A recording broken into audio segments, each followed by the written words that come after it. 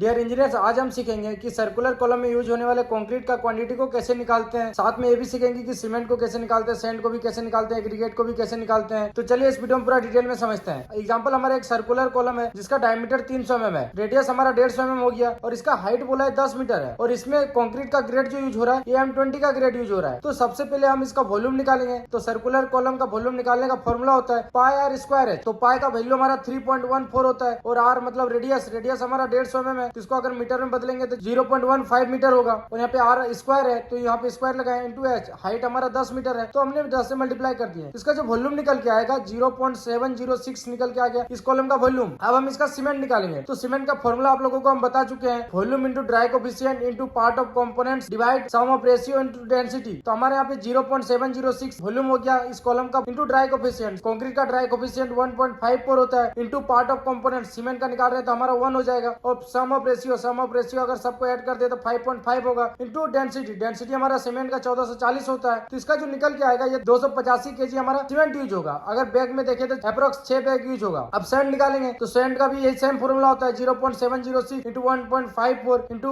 1.5 लिखे हैं क्योंकि यहाँ पे हमारा सैंड का जो पार्ट है 1.5 है तो 1.5 divide by 5.5 into 35.31 cubic feet में निकाल रहे हैं इसलिए 35.31 से मल्टीप्लाई किए हैं। सैंड का जो वॉल्यूम निकल के आएगा 10.47 क्यूबिक फीट सैंड निकल के आएगा। एग्रीगेट का बात करें तो वॉल्यूम हमारा 0.706 है, ड्राई कोफिशिएंट 1.54 और एग्रीगेट का जो पार्ट है ये हमारा 3 है इसलिए 3 डिवाइड बाय 5.5 इंटू 35.31 ये भी हम क्यूबिक फीट में निकाल रहे हैं। तो इसका एग्रीगेट का जो क्वांटिटी निकल के आएगा ये 20.94 क्यूबिक फीट एग्रीगेट निकल के आएगा। तो हमारा ये टोटल इस कॉलम में यूज होने वाला सीमेंट सैंड एग्रीगेट का क्वांटिटी निकल के आ गया। तो दोस्तों, अगर जानकारी अच्छी लगी तो वीडियो को लाइक करें और पेज पे नए हैं तो फॉलो जरूर करें ऐसे रियल साइड नॉलेज के लिए।